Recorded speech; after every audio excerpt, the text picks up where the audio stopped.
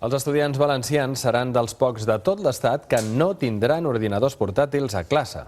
El govern d'aquesta comunitat ho ha descartat i torna a desmarcar-se de les propostes de Zapatero. Ja ho va fer en l'intent d'impartir l'assignatura d'Educació per la Ciutadania en anglès. Ara al·lega que els portàtils són perjudicials per la salut, sobretot per la vista. Els ordinadors de 10 polzades provoquen miopia.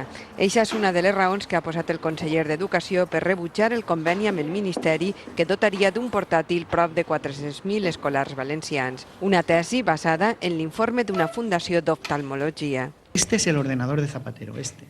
El ordenador que ofrece Zapatero puede producir daños visuales a los niños. Miopía, sí, puede provocar miopización en muchos niños, efectivamente. El uso de este tipo de pantallas, en diferencia con este, exige que los alumnos adopten unas posiciones durante horas que son desaconsejables desde el punto de vista ergonómico. Altres factors de la Generalitat per desestimar el Pla Escola 2.0 és que s'ha d'invertir en les aules d'informàtica i en la preparació del professorat. Sindicats, pares i mestres lamenten la decisió del conseller.